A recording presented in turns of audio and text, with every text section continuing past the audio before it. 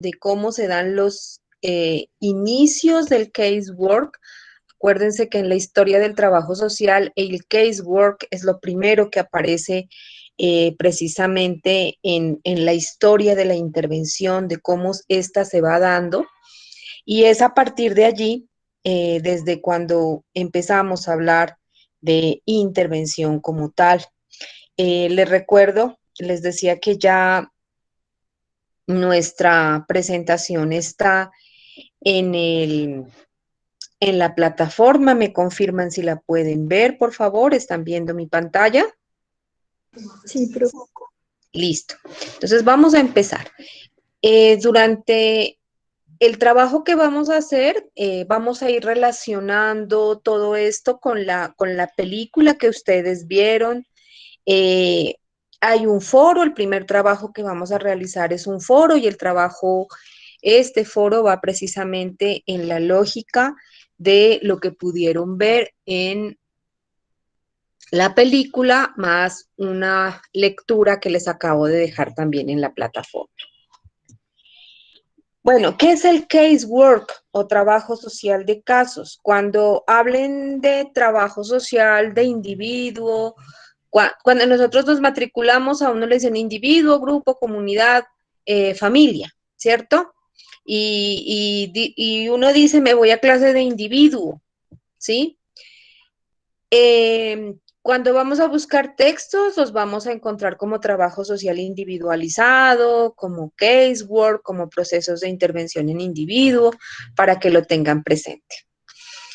Entonces vamos a empezar diciendo precisamente que el trabajo social individualizado eh, es un proceso que busca facilitar en el individuo las herramientas para afrontar los problemas que requieren ajuste social, ¿sí?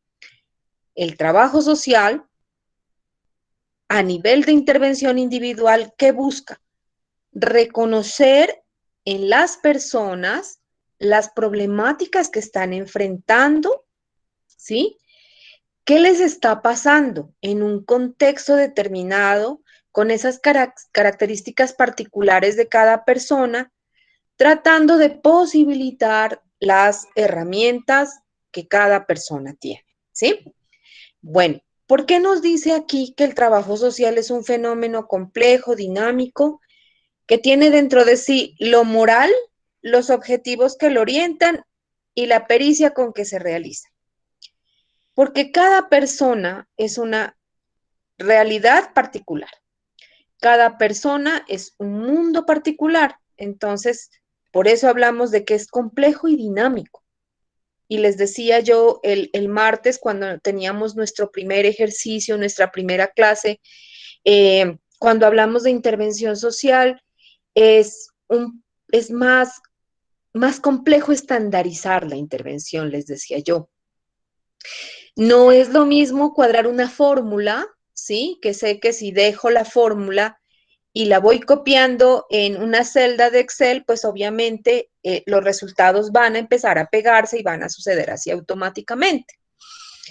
Fácilmente ustedes en la práctica se pueden encontrar con una persona que llegue muy motivada. Coloquemos un ejemplo. Nos podemos encontrar fácilmente con una persona que tuvo un problema en su casa como consecuencia del consumo de alcohol, ¿sí?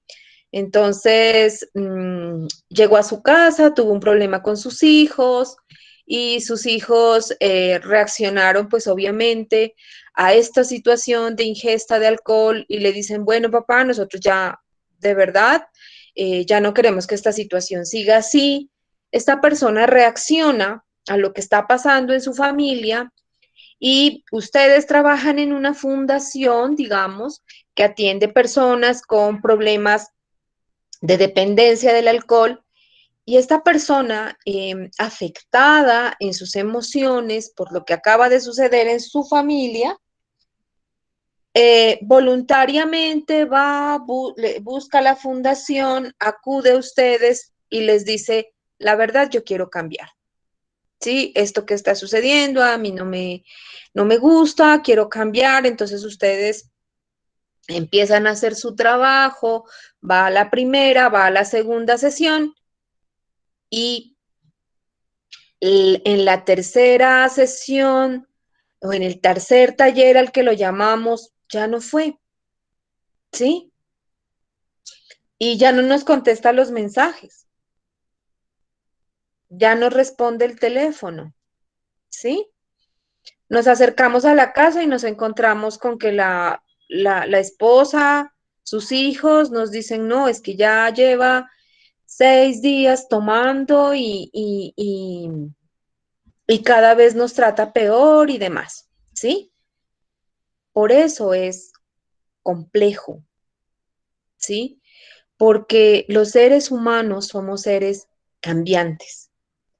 Hoy podemos estar pensando una cosa, mañana amanecemos cambiando de decisión, pensando otra cosa, y eso no necesariamente quiere decir que nosotros estamos fallando en el trabajo que estamos haciendo.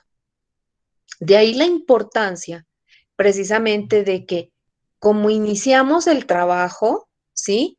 Debe ser un trabajo de calidad, de empatía hacia la otra persona, motivando a la otra persona, no juzgándole precisamente para que se vincule a los procesos y sobre todo reconociendo las herramientas que tienen las personas porque ustedes no siempre van a estar allí, ¿sí?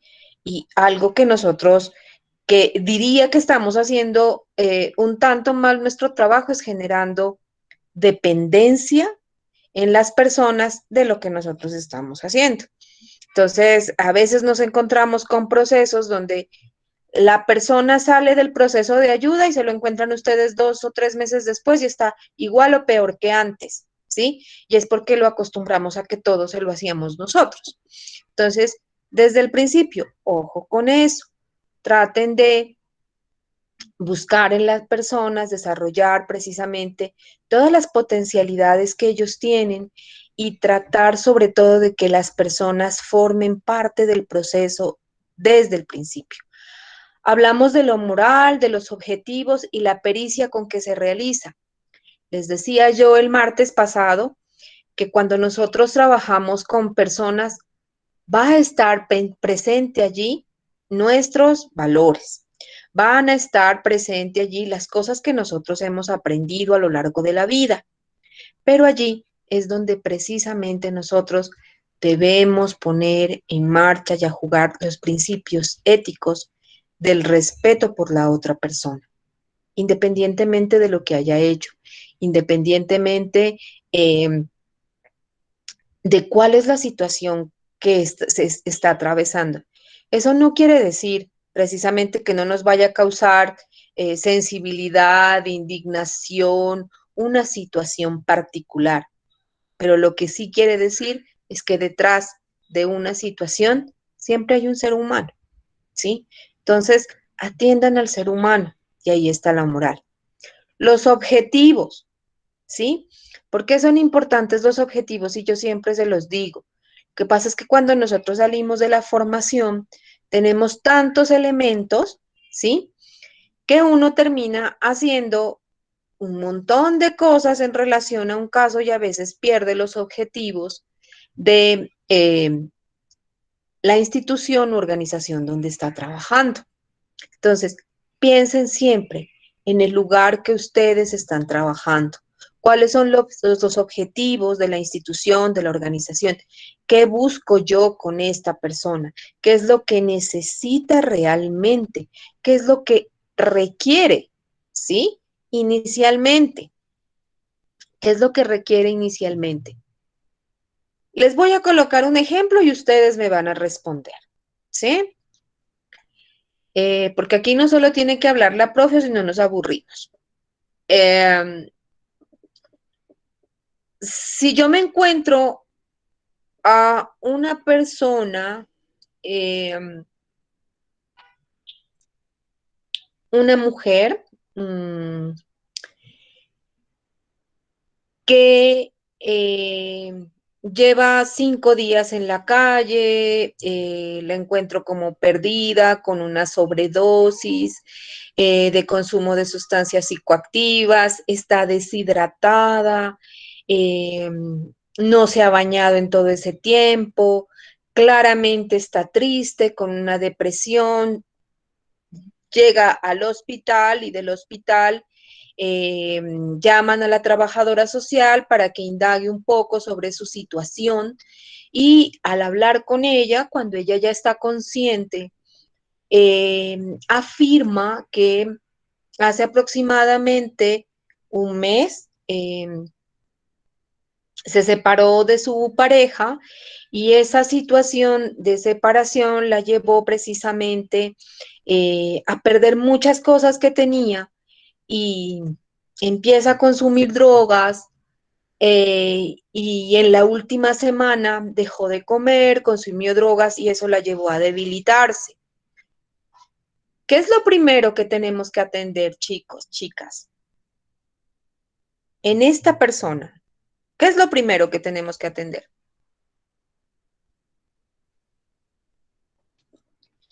Ya les conté. Lo de, Ajá, les escucho. profe,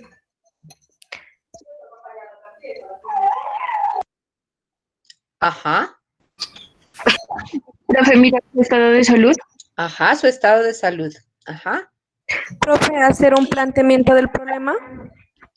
ajá. Entonces, Profe, creo que en esos casos existen rutas, ¿no? Entonces, una ruta, tomar la ruta, una alternativa de solución más opcional, y creo que la primera paso a seguir en la ruta es una valoración médica, ujú, lo que dijo compañera Natalia. listo. Miren, hay una cosa bien importante, ¿sí? Y es que ustedes siempre van a tener que mirar las prioridades, ¿sí? ¿Cuáles son las prioridades de una persona? Si una persona está durmiendo en la calle, ¿sí? Por las circunstancias que sean, no tiene comida, está durmiendo en la calle y nos sentamos a hablar con ella y nos dice que fue precisamente porque tuvo una pelea en la familia. Sí, no, el adolescente que terminó en embarazo y por temor se fue de la casa, ¿sí? No tiene dónde dormir, tiene hambre, tiene frío, está lloviendo. Lo primero que hay que atender es eso, un albergue temporal, la comida y después empezamos a hacer todo lo necesario para mirar qué es lo que está pasando, si es posible que retorne a su hogar, a hablar con la familia y demás, ¿sí? Recuerden siempre, prioridades, ¿sí? Prioridades. El problema de fondo, obviamente, es esto que está detrás de lo que vemos a simple vista, ¿sí? Y vamos a aprender a darnos cuenta de eso. Entonces es importante precisamente que ustedes empiecen a desarrollar esa pericia, esa habilidad para entender qué es lo que la gente necesita en el momento, pero qué es lo que está detrás de eso que estamos viendo en esa primera mirada de las personas. ¿Entendido, chicos, chicas? Listo. Sí, profe. Bueno, ¿qué vamos a tener en cuenta? ¿Qué se tiene en cuenta cuando atendemos o desarrollamos procesos de intervención con las personas? El género, el ciclo vital, el contexto, la cultura, ¿sí? Entonces, no es lo mismo atender a un hombre, no es lo mismo atender a una mujer, no es lo mismo atender a una persona que sea transgénero, no es lo mismo entender, por ejemplo, los problemas sentimentales de una persona con una orientación sexual diferente a la heterosexual. Vamos a entender esas dinámicas particulares. El ciclo vital, niñez, estamos hablando de niños, niñas, de adolescentes, estamos hablando de jóvenes, de adultos mayores. Allí también se centran ciertas diferencias y eso ustedes ya lo vieron en psicología. Entonces ya tienen esa base para entender precisamente qué pasa en esas etapas de la vida. La cultura, bien interesante la cultura. Y porque hay rasgos culturales que llevan precisamente a entender las cosas de forma particular, ¿sí? A entender situaciones dinámicas de forma particular, ¿sí? Entonces siempre va a ser importante la cultura. Hay culturas donde es más fácil expresar sentimientos, ¿sí? Hay culturas donde las personas son como más sosegadas, no te dicen muchas cosas, pero no quiere decir que no estén sintiendo, no quiere decir que no les esté afectando. Entonces, siempre va a ser importante entender en qué cultura estamos trabajando. Eh, no recuerdo si fue a ustedes que una vez les contaba que atendiendo unos casos de abuso sexual de mujeres del pueblo Agua, ¿sí? Nos encontramos precisamente que las mujeres hablaban del abuso sexual, ¿sí? De que fueron abusadas sexualmente por varios hombres, pero a diferencia de lo que nosotros, digamos, cómo nosotros culturalmente nos podemos expresar, ellas hacían un relato y pareciera que no tuviesen emociones presentes frente a esa situación de abuso. Si nosotros no tenemos o no desarrollamos la pericia para entender que seguramente eso puede ser un rasgo cultural, ¿sí? Habrán personas que dirán, ja, esas señoras como que estaban mintiendo, porque yo no las vi derramar ni una lágrima, porque yo no las vi tener expresiones de como de que, uy, no, qué fastidio, que varios hombres hayan abusado de mí, ¿sí? Pero lo que pasaba allí es que lo cultural está mediando todo. Entonces, eh, hay personas que se expresan de una forma de acuerdo al sitio donde viven, hay otras que se expresan de otra forma de acuerdo al sitio donde nacieron, donde viven. Entonces, por eso es importante que ustedes siempre piensen en el lugar donde están trabajando, el sitio donde están trabajando. ¿Quién hay aquí del Pacífico? Cuéntenme. Tumaco, Costa Pacífica, ¿quién?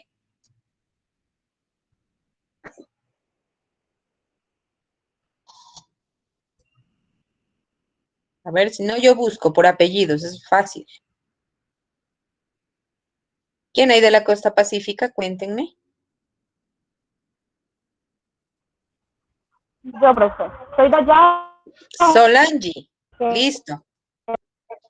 ¿Sí me escuchas? Sí, ¿cierto? Solange, ¿me escuchas?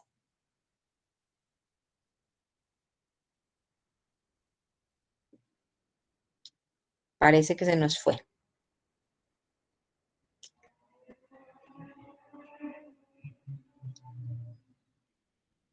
Ujú.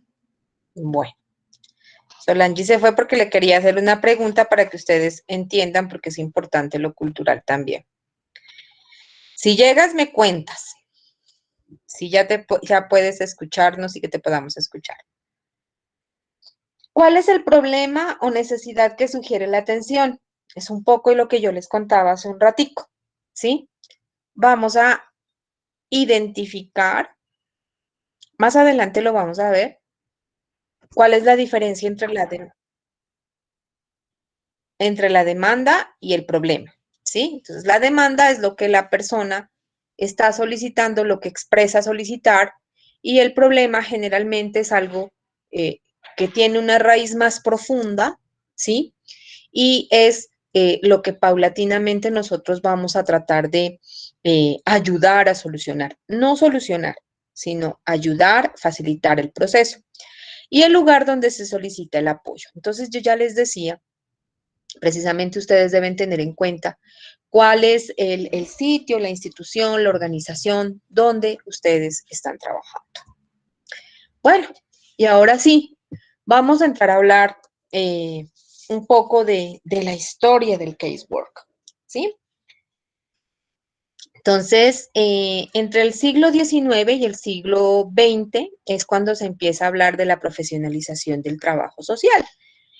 Y si ustedes hacen un poco de remembranza de lo que era historia del trabajo social, todo esto empieza con un cuento que nos contaban allá que tiene que ver. Hola. ¿Está pasando las diapositivas? Lo que pasa es que Sí, no me sale casi esa. Ahorita estoy en la tercera. Y no sé si es allá. un poco de historia, ¿sí? No, sale que tiene en cuenta. No sé si las demás también. A mí también, profe, me sale la tercera. A ver, esperen un ratico. Entonces voy a dejar de compartir y vuelvo y otra vez entro. ¿Listo? A ver, vamos a ver. Que parece que hay un poquito de problemas con el internet. A ver. ¿Allí sí miran? Sí, ahí ya. Listo. Un poco de historia. Dice. En esa estamos. ¿Listo? Entonces, les decía, recuerdan que en Historia del Trabajo Social, lo primero que aprendimos es que el trabajo social individualizado o empezamos a hablar de trabajo social, los antecedentes precisamente son la asistencia social, el asistencialismo, ¿cierto? Y por eso cuando nosotros nos encontramos ahorita con programas donde a la gente solamente le entregan ayudas materiales y no se hace ningún tipo de intervención como para cambiar precisamente las raíces, buscar las raíces del problema y empezar a cambiar la historia de estas personas, hablamos de asistencialismo, ¿cierto? Esa es una palabra muy común con la que nos encontramos ahorita. Entonces, cuando hablábamos de asistencia social, hablábamos de la caridad, ¿sí?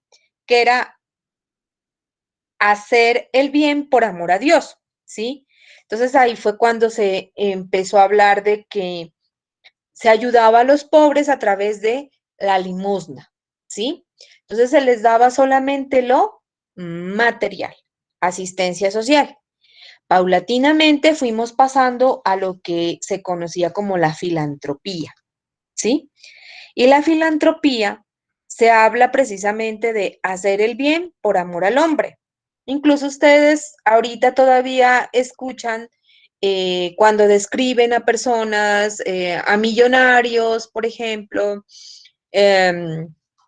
a personas que tienen poder económico que dicen, fulano de tal, Bill Gates, bueno, quien sea, empresarios que dicen, realiza labores filantrópicas, ¿sí? Y esas labores filantrópicas precisamente están pensadas o entran bajo la denominación de hacer el bien por el amor a las otras personas. En este tiempo en el que estamos hablando de todo esto, entre el siglo XIX y el siglo XX, lo que se pensaba precisamente es que la filantropía empieza a ser una negación de la limosna, ¿sí? No solamente estamos hablando de entregar algo material por temor a Dios, ¿sí? Y porque como estamos haciendo el bien, entregando limosna, ayuda a los más vulnerables, nos vamos a ir derechito al cielo, que era la asistencia social y la caridad, ¿sí? Posteriormente pasamos a lo que es la beneficencia, cuando ya se empieza a hablar de la virtud de hacer el bien, de hacer el bien al otro. Y se empieza en la beneficencia a crear programas de beneficencia, ¿sí? Digamos, como a estructurar más la ayuda, a pensar en que en definir unos propósitos, definir unos objetivos de la ayuda hacia las otras personas.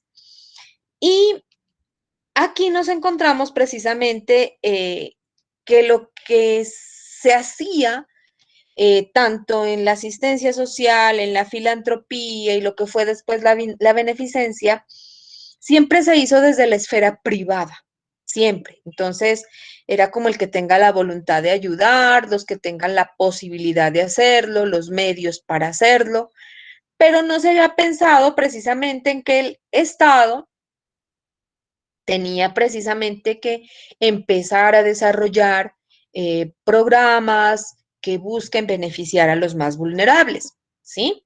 Entonces, ya en el siglo XX es cuando se evidencia la necesidad de empezar a institucionalizar la ayuda. Y aquí es cuando se empieza a definir el rol de los trabajadores sociales, lo que antes eran los asistentes sociales, ¿sí? ¿Y por qué surge la necesidad de trabajo social? ¿Sí?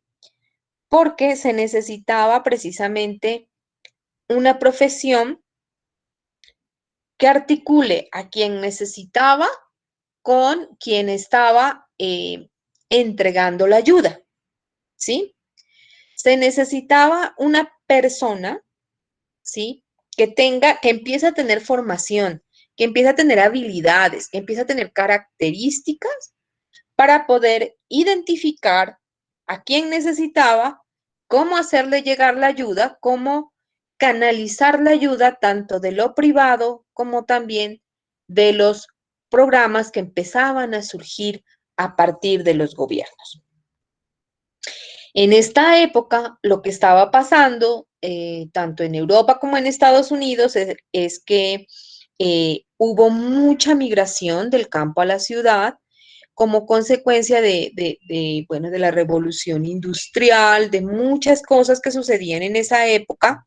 Empieza a presentarse el trabajo asalariado, surgen nuevas necesidades, cambia la dinámica social. Y ustedes saben que cuando hay migración del campo a la ciudad en cualquier etapa histórica de la humanidad, siempre se van a presentar o se van a acrecentar las necesidades como consecuencia de estas condiciones de migración. Cuando empezamos a hablar de la institucionalización de la ayuda, empezamos a pasar de una mirada culpabilizadora basada en la religión a una mirada humanista, ¿sí? ¿Y por qué se da esa mirada humanista? La gente que estaba ayudando, las personas que estaban propendiendo por entregar ayuda a otras personas, empiezan a buscarle explicaciones a la pobreza, ¿sí? Y no solamente esa explicación plana de, pues nacieron pobres, vivirán pobres y se morirán pobres, pero como son pobres se van a ganar el cielo, ¿sí? Sino que socialmente se empieza a entender cuáles son esas dinámicas que llevan precisamente a que exista pobreza y cómo el Estado y el sector privado pueden empezar a desarrollar acciones estructuradas, sistemáticas, precisamente para entregar ayuda y poder precisamente buscar que estas personas, al principio con ayudas paliativas, salgan de la vulnerabilidad, ¿sí? Esto es lo que nos encontramos precisamente en los inicios del casework. Y aquí encontramos a varias personas precursoras del trabajo social de casos, del casework, que yo me imagino que ahorita les estoy recordando lo que vieron en primer semestre, que es la historia del trabajo social. Particularmente nos vamos a encontrar a varias personas que forman parte de esos primeros pensadores, pensadoras que llevaron a configurar a trabajo social como una profesión y a definir precisamente el trabajo social de casos, el casework. Encontramos en primer lugar a Frederick Lepley. Frederick Lepley, que sus intervenciones se dan en la mitad, a mitad del siglo XIX, cuya visión es de la visión del caso con base en la visión sociológica, entendiendo los problemas sociales. Entonces, Frederick Lepley es un sociólogo, ¿sí?, que intenta precisamente trascender a la visión de los casos sociales, particularmente desde los contenidos de la sociología, ¿sí? Desde la sociología, bajándolos a la especificidad del individuo. Después nos encontramos con Dorothy Dix. Dorothy Dix nos habla precisamente... Profe, Ajá, es ¿sí? que Mi profesor le está corriendo la diapositiva. ¿No está pasando? Ay, sí. No, profesora. Ahí ya, pues apenas. Ahorita ya, apenas. A ver, ustedes me dicen si no pasa, ¿listo? Bueno, ¿miran ahí precursores del casework? Sí. Sí, Sí. profe. Ok. Entonces les decía que después de Frederick Lepley encontramos a Dorothy Dix. Dorothy Dix empieza a trabajar precisamente en lo que se configuró como los State Boards of Charities, que eran precisamente organizaciones que se encargaban de la atención. Entonces, Dorothy Dix nos habla precisamente de empezar a humanizar la atención y la racionalización eficiente de los recursos. Entonces, Dorothy Dix es de las precursoras en decir, bueno, tampoco hay que entregarle absolutamente todo a la gente y llenarlos de cosas materiales, sino que hay que empezar a entender el por qué las personas están así, ¿sí? Entonces, no solamente es lo material, las personas pueden tener otro tipo de necesidades y es necesario entenderlas. Después encontramos a Josephine Shaw Lowell, que lleva a Estados Unidos las organizaciones sociales de la caridad, planteando que el trabajo social no tiene que ser únicamente de tipo económico, ¿sí? Entonces aquí ella nos dice que no basta solamente con entregarle a la gente ayudas de tipo material, sino que es necesario empezar a estudiar el caso. Y propone precisamente esa ruta de la que ustedes hablaban hace un ratico, que es recibir el caso, hacer una encuesta, presentar un informe.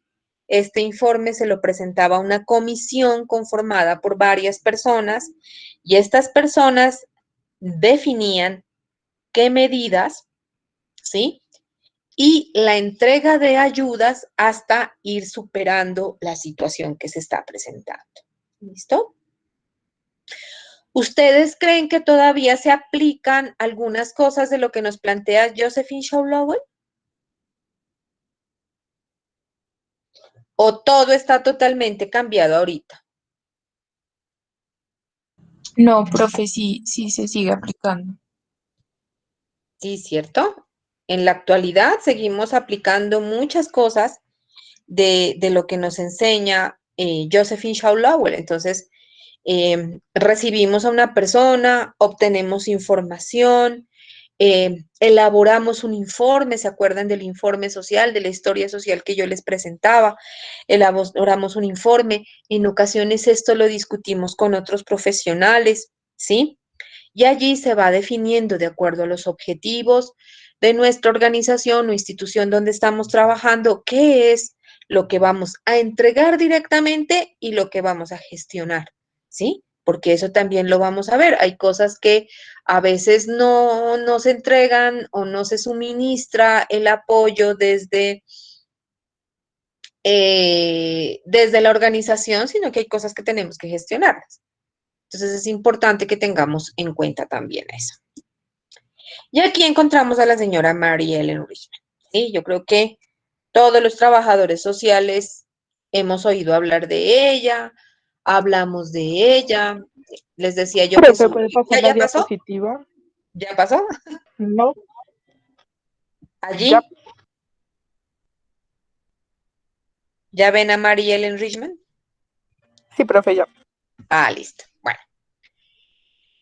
Entonces, siempre oímos hablar de social diagnosis en la historia del trabajo social y en trabajo social de casos. Siempre vamos a oír hablar de ella, ¿sí? Entonces, Mary Ellen Richmond nos habla precisamente de la necesidad de empezar a tener formación científica para intervenir en los casos, ¿sí? Y desarrollar los procesos de ayuda social, ¿sí? Entonces ella nos dice que es importante que las personas que van a brindar atención, ayuda, apoyo, acompañamiento deben formarse, ¿sí? Y, y ahorita me recuerda, y yo se los cuento a los estudiantes siempre cuando empezamos trabajo social individual, que cuando yo me gradué de trabajo social, llevaba poco tiempo de egresada y fui a un municipio y seguramente ustedes se van a encontrar con ese tipo de realidades. Miren, María Ellen Richmond hablaba de esto a principios del siglo XX, ¿sí? Y recuerdo que alguna vez fui a un municipio y entonces me dicen en el municipio, mire, le presentamos a la trabajadora social de acá de la alcaldía. Entonces a mí me dio mucho gusto encontrarme con una colega mía, ¿cierto? Entonces llegué, conocí a la señora, le dije, ¿cómo está? Mucho gusto, mi nombre es Anita, listo. Le digo, cuénteme usted dónde estudió. Y ella me dice, no, yo no estudié. Y me la presentaron como la trabajadora social de, del municipio, de la alcaldía. Pues obviamente yo no le pregunté a ella, le pregunté a otra de las personas de la alcaldía y le dije, bueno, cuénteme pues como que cuáles son las características que ella tiene para que asuma un cargo, ¿no? Como trabajadora social. Y la persona me responde, es que ella es buena gente, es que ella es buena gente y es buena persona y aquí todo el mundo la quiere. Entonces, por eso nosotros decidimos que ella sea la trabajadora social. Entonces, en ese momento yo decía, bueno, estudié 5 años para caerle bien a todo el mundo. Entonces, miren, que reconozcan nuestra profesión, ¿sí? Ha sido un trabajo arduo, ¿sí? Y afortunadamente ahorita reconocen la profesión, está posicionada, pero de ahí la importancia de lo que decía Mary Ellen Richmond. El trabajo social no lo puede hacer cualquier persona, debe tener formación y debe tener una formación científica, debe desarrollar esas habilidades, esas competencias, debe asistir a una formación académica para poder entrar a solucionar, a apoyar la solución de los problemas de las personas. Mary Ellen Richmond fue una activista en favor de los derechos de las mujeres, fue docente de la Escuela de Filantropía, ¿sí? Ella recibe influencia precisamente de la medicina, ¿sí? Por eso es muy meticulosa en el estudio de casos. Entonces ella siempre nos hablaba de que a cada efecto le corresponde una causa, ¿sí? Y empieza precisamente a acuñar el término de patología social, donde se tienen en cuenta los factores sociales que afectan a la persona, los factores ambientales y culturales, ¿sí? Entonces, Mary Ellen Richmond eh, es quien empieza a definir precisamente cómo se debe intervenir y empieza a entender al ser humano de forma integral, ¿sí?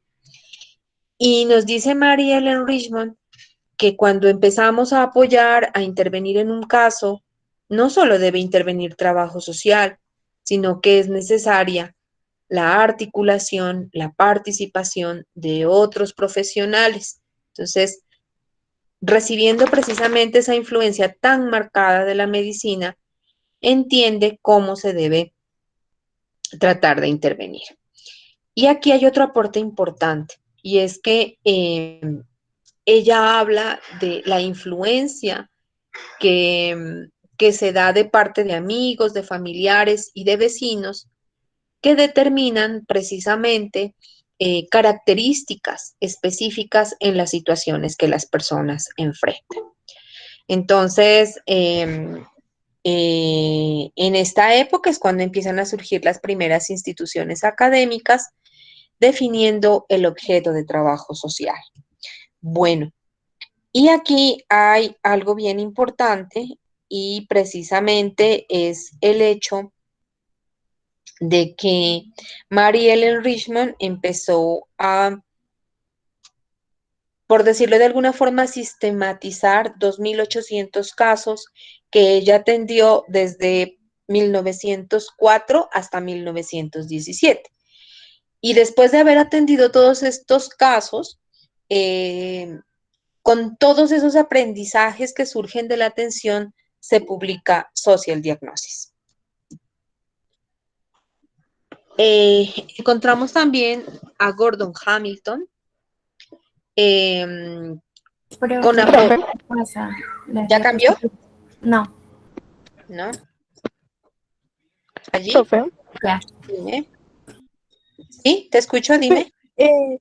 profe, una parte también importante de Mary Richmond pues ella lo comentaba en este libro de Caso Social Individual, es la parte en que ella también apunta como a la reforma, ¿no? Ella siempre dice que el trabajador social no se puede quedar también solo en atender en casos, sino también involucrarse en la política y en la reforma que lleve como a la transformación social general.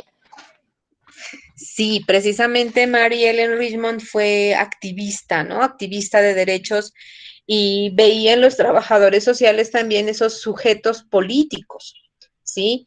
Que buscan precisamente y que entienden precisamente que los cambios sociales se dan en la lógica también de esos cambios estructurales que es necesario darse, esas transformaciones que están ligadas a las estructuras sociales, económicas, políticas. Por eso ella, digamos, es como la principal representante del trabajo social de casos, porque no solo entiende la necesidad como tal, la necesidad material como tal que hay que satisfacer, sino toda esa dinámica social que es necesario empezar a transformar para precisamente empezar a mitigar esas necesidades. Muchísimas gracias por la intervención. Bueno, ya cambió, estamos viendo a Gordon Hamilton.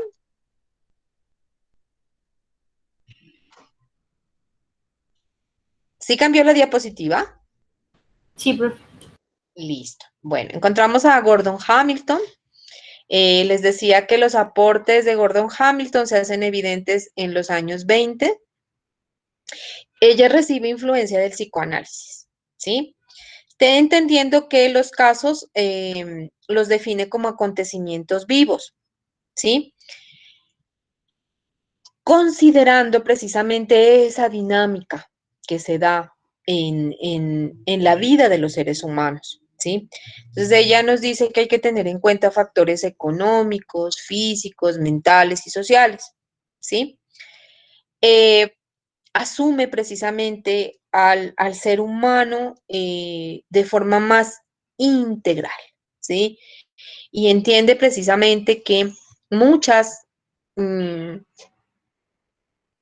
muchas situaciones que enfrentamos los seres humanos están derivadas precisamente de diferentes factores. Los aportes de Gordon Hamilton encuentran sus bases en el trabajo que ella realizó en la Cruz Roja Americana y en la Escuela de Trabajo Social de Nueva York. Sus postulados se sustentan en tres ideas fundamentales. Solo podemos entender a la persona en el contexto en el que vive, que es un poco lo que yo les decía al inicio de esta clase y les decía precisamente eh, el martes, ¿sí? La importancia de leer el contexto, de entender el contexto. El ser humano es un sujeto biopsicosocial. Aquí nos habla de la integralidad. El análisis de los casos debe considerarse como proceso psicosocial con sentimientos y emociones, ¿sí? Entonces, es entender a la persona en el contexto, con características, con sentimientos, con emociones, con necesidades de tipo material, con necesidades de tipo espiritual, con necesidades de acompañamiento en salud mental, con dificultades de tipo económico, acontecimientos vivos, cambiantes, dinámicos, que están allí presentes en la vida de los seres humanos y que precisamente requieren una intervención, requieren ese apoyo, a veces requieren ese empujoncito que nosotros les demos para entender cuáles son sus potencialidades. Gordon Hamilton nos habla también la importancia de desarrollar identidad profesional, entendiéndonos a los trabajadores sociales con unos valores específicos, ¿sí? Entonces, yo les decía hace un rato de lo que nos hablaba Mary Ellen Richmond y es de la importancia de la formación, de la importancia de entender que los trabajadores sociales cumplimos roles específicos, ¿sí? Entonces, hay ocasiones en que uno se encuentra en el mercado laboral, por ejemplo, o en algunas ocasiones yo me encontraba en el mercado laboral con que el fortalecimiento social lo hacía un administrador de empresas, ¿sí? Y al final de los procesos uno encontraba precisamente que el proceso desafortunadamente tenía fallas y desafortunadamente por las personas, desafortunadamente por los recursos, desafortunado por los procesos que se formularon, porque el perfil no era para un administrador de empresa, el perfil era para alguien de las ciencias sociales, el perfil era seguramente para un trabajador social.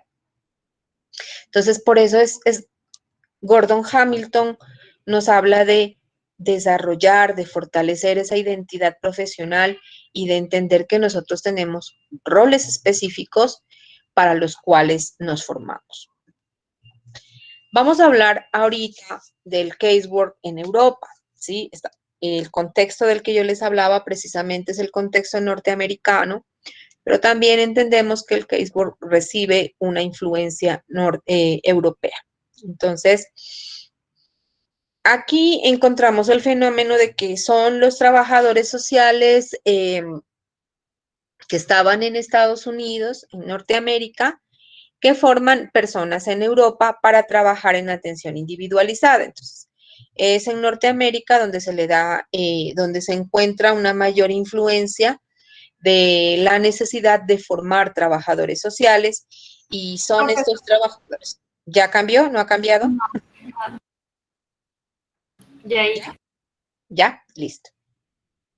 Bueno, entonces les decía que encontramos precisamente aquí a Florence Hollis. Florence Hollis nos habla de que es necesario el entendimiento de la situación social y el significado para el individuo y para el grupo social.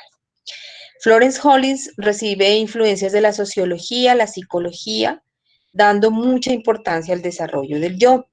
Ustedes se van a dar cuenta que casi todas estas personas durante estos inicios del trabajo social como profesión van a recibir sobre todo influencias de la sociología, del psicoanálisis, de la psicología, ¿sí? Entonces tiene un fuerte contenido psicológico en el análisis de los problemas. Pero aquí Florence Hollis nos da una pista bien importante y dice entendimiento de la situación social y el significado para el individuo y para el grupo social. Entonces, ustedes desde su vida particular, desde su vida personal, van a entender que puede que para alguno de ustedes, por ejemplo, para alguno de ustedes, para alguna de ustedes, afrontar el divorcio de sus papás, la separación de sus papás, puede que haya sido completamente difícil, complejo, traumático, ¿sí? Y en ocasiones esas situaciones se reflejan en la posterior relación de pareja que establecemos, ¿sí? Hace unos días escuchaba a alguien que tuvo que enfrentar la separación de sus padres y ahorita esta persona con 3 hijos tiene dificultades con su pareja y está enfrentando una posible separación, ¿sí? Y pues la situación no es la mejor, hay maltrato psicológico y demás. Y yo hablaba con esa persona y le decía, pues miremos cuáles son los pros y los contras de la separación. Y ella me decía, es que yo no quiero que mis hijos vivan lo mismo y las mismas tristezas que yo viví cuando mis papás se separaron, ¿sí? Entonces, mire, el significado de las situaciones específicas es particular, es individual, porque puede que para otras personas una separación de los papás sea algo más positivo, no sea tan traumático, ¿sí? Entonces, ese significado va a ser particular, ¿sí? Que es algo en lo que les he venido insistiendo siempre. Entonces, Florence Hollis nos habla de eso, de entender particularmente el significado de una situación para el individuo, ¿sí? Cuando ustedes ven a una famosa, por ejemplo, cuando ustedes ven a J-Lo, que se ha casado, no sé cuántas veces se ha casado, ¿sí? Y termina una relación, inicia otra, bueno, y uno dice, caramba, o sea, ese afrontamiento o esa forma que tiene estas personas de solucionar ese tema de los sentimientos y demás, cuando uno fácilmente puede durar con una tristeza amorosa 4 años, 3 años, ¿sí? Es la forma como las personas vivencian las situaciones, ¿sí? Entonces, para alguien puede ser más fácil, para otras personas es más difícil. Por eso yo les digo, no hay que juzgar, hay que entender al otro, ¿sí? A veces cuando ustedes aconsejan a su amigo o a su amiga y les dicen, ay, no, pero vos sí, definitivamente, ¿no? Eso es normal que pase. Normal para usted, pero para el otro no es así, ¿sí? Entonces, entender la situación social y el significado para cada persona va a ser diferente. ¿Listo? Encontramos también a Helen Harris, que define el casework, donde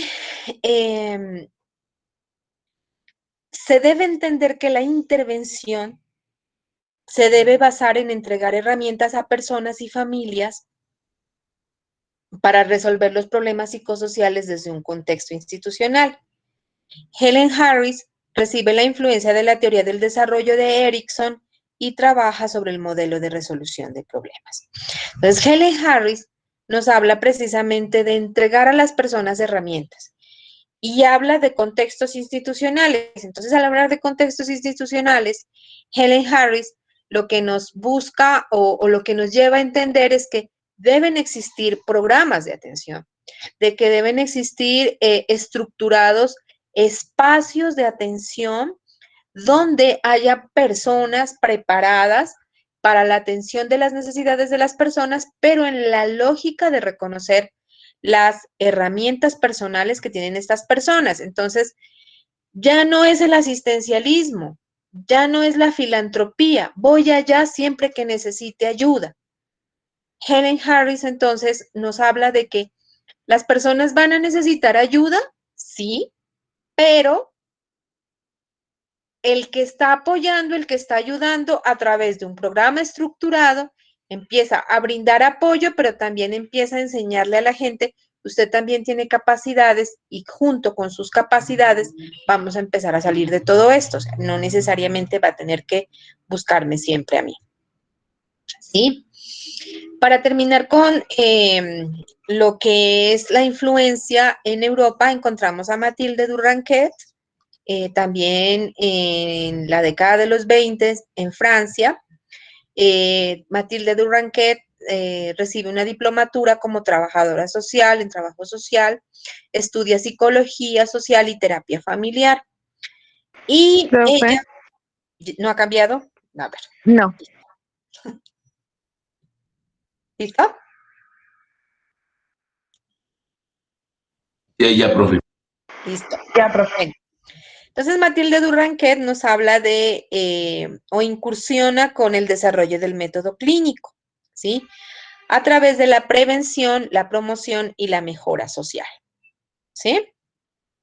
Entonces, Mathilde Durranquet nos habla precisamente de que es necesario, a partir de estos pasos del método clínico, desarrollar algo relacionado con un tratamiento que pueden recibir con las personas y una cura, ¿sí?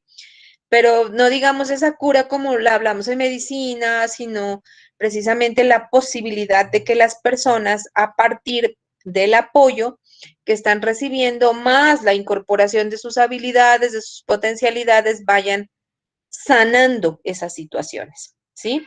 Mathilde Durranquet incorpora el método científico, proponiendo el estudio de los hechos, la formulación de hipótesis, de trabajo, el plan de acción y la evaluación de los resultados, que es un poco lo que ustedes van a hacer cuando reciban un caso, ¿sí?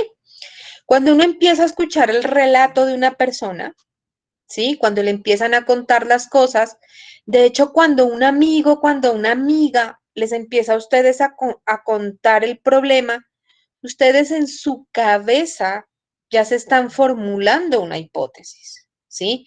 Están diciendo, este está así porque pasó esto, ¿sí? O fulanita de tal está así es porque hace una semana terminó con el novio, ¿sí? Vamos formulando hipótesis, vamos entendiendo qué es lo que le puede estar pasando a la persona. Entonces, cuando atendemos una situación, podemos tener más de una hipótesis, ¿sí? Una persona puede estar enfrentando una situación por diferentes motivos. Bueno.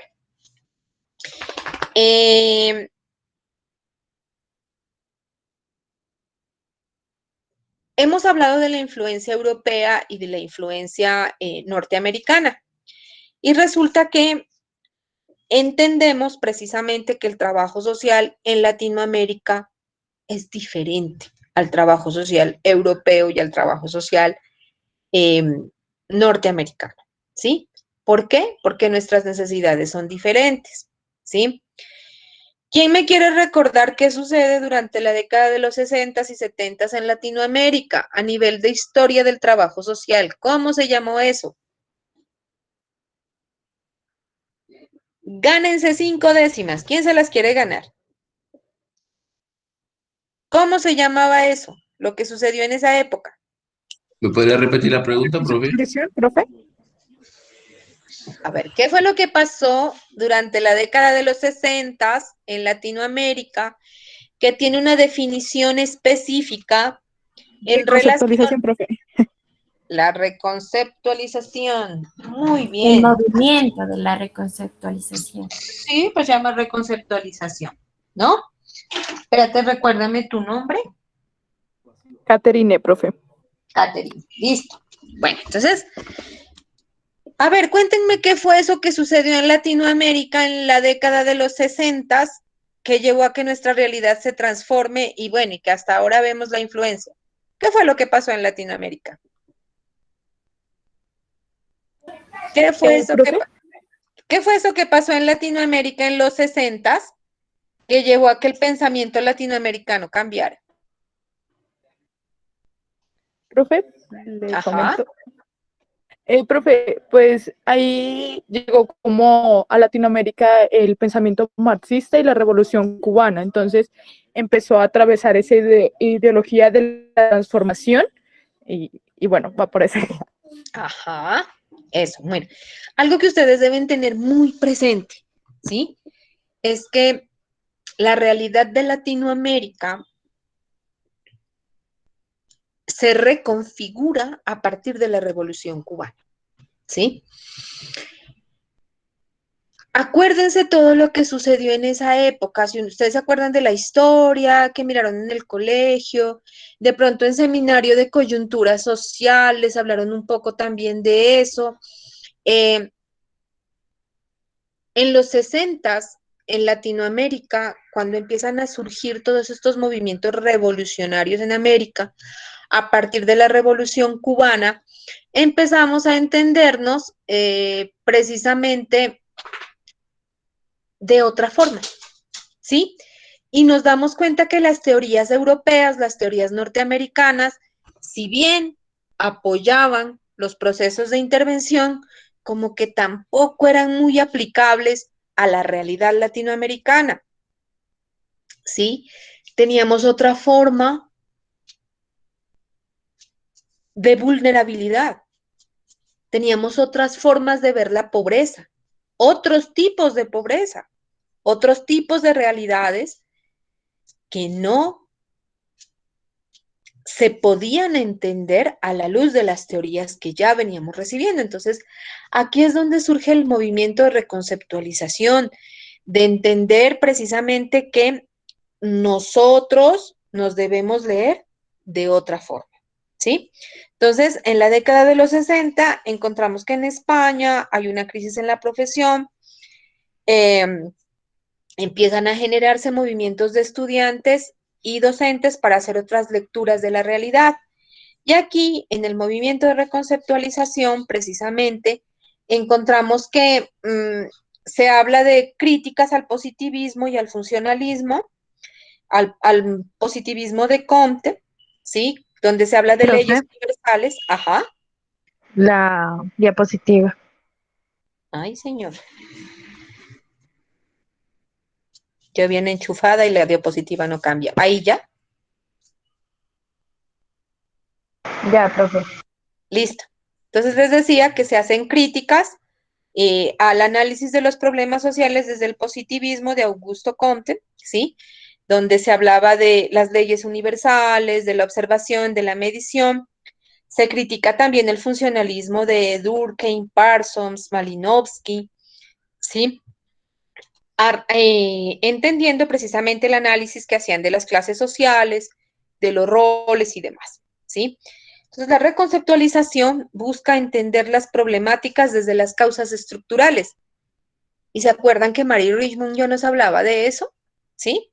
Pero entonces acá lo estamos haciendo precisamente desde la realidad latinoamericana, que va a ser diferente a la realidad europea, a la realidad norteamericana.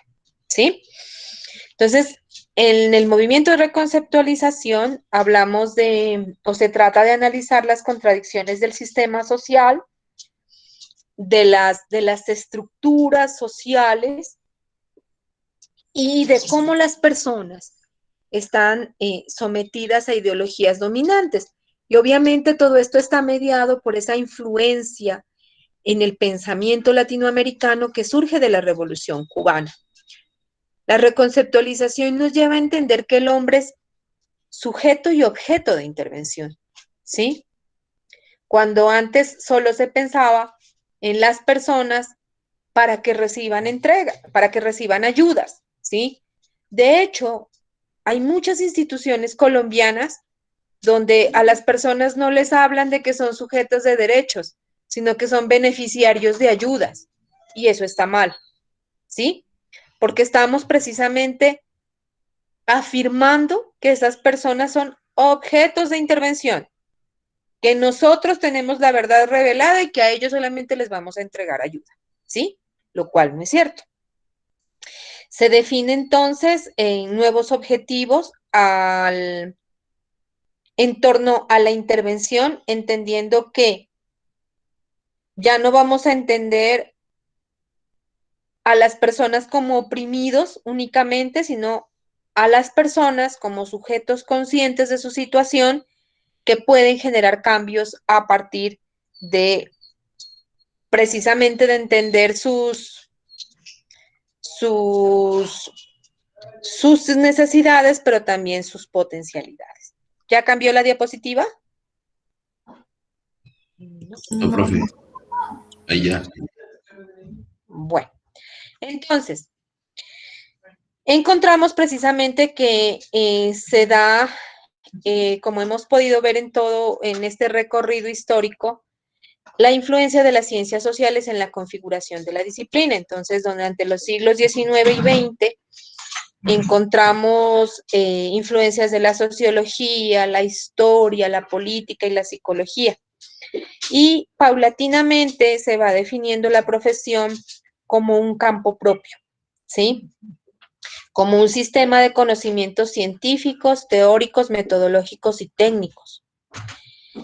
La profesión poco a poco va obteniendo reconocimiento social, la legitimación, la aceptación y la definición de valores éticos.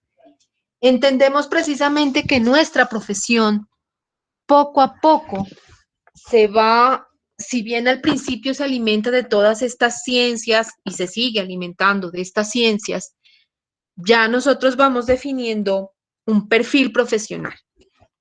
Tenemos un código de ética, tenemos un código deontológico, tenemos gremios, ¿sí? Y la revisión de nuestros principios éticos siempre se hace a nivel latinoamericano, a nivel mundial.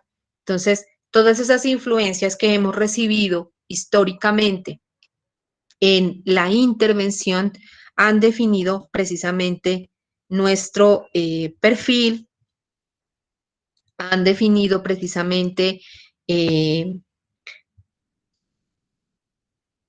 los principios y los valores que debemos tener los trabajadores sociales en la intervención. Bueno, esto es, digamos, el brochazo de la historia del trabajo social de grupos, del casework, que he querido traerles en la historia del trabajo social. Yo no me detengo mucho, ¿sí? Lo que busco precisamente es que hagamos un recorrido por esta historia, entendiendo precisamente que esto ustedes ya lo vieron en la historia, en historia del trabajo social, ¿sí? Entendiendo que ya lo vieron en historia del trabajo social y que necesitan un recorderis de esto para que pasemos precisamente a lo que nos compete, específicamente a lo que es teorías y procesos de intervención en individuo. No sé si tengan dudas hasta el momento, reflexiones.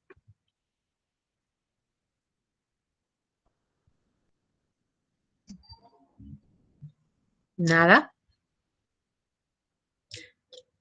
No creo que estén cansados porque esta es la primera semana. Están con las pilas puestas. ¿No? ¿Dudas? ¿Sugerencias? ¿Reflexiones? ¿Nada? No, profe, creo que está claro. Listo. Bueno, ahora sí. Cuéntenme cómo les fue con la película. Espero que lo hagan voluntariamente para yo no tener que preguntar. ¿Sí? ¿Qué les pareció? ¿Qué les generó? Ahorita que miran esto de la historia del trabajo social, ¿ustedes creen que esas situaciones se siguen presentando? Profe, pues la película crea en uno diferentes aspectos en el sentido como trabajador social, ¿no? De que ve que hay cosas que ya en este momento obviamente ya no aplican y que quizás en su momento estaban mal dadas y le hace dar en cierto momento una impotencia de no poder hacer las cosas pues como se deberían llevar y en sí pues a la parte también es nostálgico porque muchas de las cosas que se ven dentro de la película se las hace a través de un escritorio, que es lo que nosotros obviamente como trabajadores sociales no debemos hacer, ya que nosotros somos instructivos en el campo. Entonces es fatal poder ver y mirar que pues obviamente ya han cambiado este tipo de cosas, pero que ya anteriormente causaba un daño irreparable no solamente para la familia, sino también para los niños. Muy bien, muchas gracias. ¿Quién más? ¿Quién más me quiere contar? ¿Qué le generó la película? Por ahí alguien decía muy triste. ¿Qué les generó? ¿Nada? Sí, profe. No, pues la película genera, pues, hace un choque de sentimientos porque es bien, pues, triste y también como que a uno lo pone a pensar muchas veces de que hasta hoy en día se encuentran así profesionales de nuestra disciplina que, o sea, por el hecho de como de hacer pasar el trabajo, no hacen bien su proceso.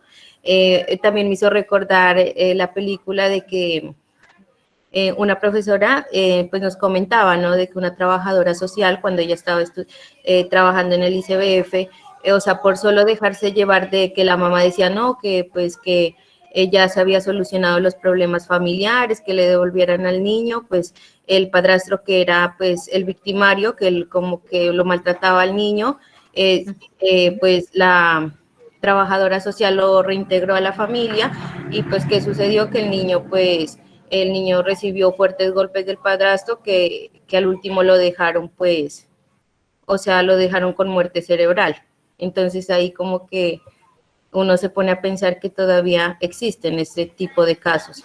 O sea, que en vez de servir como ayuda, muchas veces hay profesionales que le destruyen la vida a nuestros usuarios. Bueno, es bien importante que ustedes entiendan que a pesar de que ese tipo de prácticas estaban como muy digamos, como eran como presentes en esa época, en la década de los 30 y demás, tristemente hay actitudes profesionales que llevan a que esas situaciones se sigan presentando, ¿sí? Hay actitudes profesionales. Y hay algo que decía Natalia importantísimo, el trabajo hecho desde el escritorio, ¿sí? Qué triste eso. El trabajo hecho desde el escritorio. Entonces, a mí particularmente no me gustan los trabajadores sociales que cuando salen de la academia ya, a ustedes les van a decir doctores desde que salgan. Doctores, doctoras, desde que salgan. Así no hayamos hecho doctorado, nos van a decir doctores, ¿sí? Y hay personas que salen con esa actitud, continúan con esa actitud, nunca salen detrás del escritorio, esperan a que toda la información les llegue allí. No, yo no voy a ese barrio porque es que es súper peligroso, ¿sí?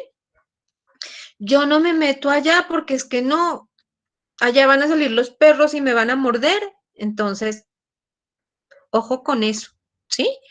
Y pues desafortunadamente con ustedes por esta situación de pandemia, no puedo salir con ustedes a una práctica, pero yo siempre llevo a mis estudiantes de individuo a una práctica, siempre, ¿sí? Y en una ocasión, recuerdo tanto que hicimos una práctica con la alcaldía de Pasto y teníamos que atender habitantes de calle, ¿sí? En una jornada. Y yo llevé a mis estudiantes de individuo de ese semestre, de ese momento. Entonces, la funcionaria de la alcaldía, muy comprensiva, ella les dice, ¿hay alguna persona que tenga alguna dificultad o que sienta cierto, ella lo dijo así, como cierta aversión a los habitantes de calle, por favor, que nos lo mencione para retirarlo de la jornada? Dijo ella así. Cuando ella se fue, yo les dije a mis estudiantes y lo dije riéndome ese día y se los digo a ustedes así. Les dije, no, si hay una persona que tenga aversión a un habitante de calle, si hay una persona que tenga una aversión a una persona en alta vulnerabilidad, como es un habitante de calle, obviamente que va a oler mal, ¿sí? Porque no se ha bañado, que puede que sea grosero, que puede que esté en consumo y demás. O sea, pues si sienten aversiones hacia esa persona, yo no les diría que se retiren de la jornada. Yo les diría más bien que piensen en otra cosa para estudiar. ¿Sí? Porque a los trabajadores sociales, así como vamos a atender personas en alta vulnerabilidad, seguramente nos van a llegar personas de estrato 5, de estrato 6 con problemas, ¿sí? Nosotros no siempre vamos a atender pobres, nosotros no siempre vamos a atender drogadictos, nosotros no siempre vamos a atender personas con ese tipo de vulnerabilidad económica, material, física y demás. Todos los seres humanos tienen problemas, todos, ¿sí? Y yo creo que esta situación nos ha llevado a ver precisamente que puedes tener todo el dinero del mundo, pero eres vulnerable a muchas cosas, ¿sí? Entonces, como trabajadores sociales debemos estar preparados para todo, ¿sí? Y lo que yo espero es que como profesionales ustedes generen un nivel de sensibilidad importante que les lleve a entender la vulnerabilidad del otro, y no es vulnerabilidad económica únicamente. Y poder realizar precisamente esos diagnósticos, ese acercamiento al problema de las personas que nos motive, que nos vincule a esa otra persona, que nos haga entender esa empatía tan importante, que junto con la otra persona empecemos a apoyarle para que solucione sus problemas. ¿Listo, chicos, chicas? ¿Está entendido? Bueno, espero que todos y todas hayan visto la película. Ya en la plataforma está la primera tarea, ¿sí? Allí hay un material, hay una lectura que habla sobre la influencia de Mary Ellen Richmond, ¿sí? Entonces, lo que yo quiero que hagamos es lo siguiente. Vamos a retomar la clase del día de hoy. Ya está cargada la presentación. Ahorita apenas descargue la grabación, yo se la subo a la plataforma. Está la lectura, está la presentación, está la película y hay un foro, ¿sí? Entonces, en ese foro yo quiero que empiecen a participar. Hay una reflexión que se les pide a ustedes. Entonces, quiero que mencionen todos los elementos en la reflexión, los elementos de la lectura, los elementos de la película, los elementos de la clase que alimenten esa reflexión. Entonces, la propuesta es que hagan ustedes la reflexión y repliquen a un compañero. El foro está abierto desde el día de hoy hasta el miércoles de la semana entrante. Mañana les dejo trabajo independiente para que lean. Son 11 hojas, no son muchas. Son 11 hojas y para que empiecen a responder en el foro. ¿Existe alguna duda acerca de la actividad? No, profe, creo que se ha entendido. Listo. Entonces, en este momento estoy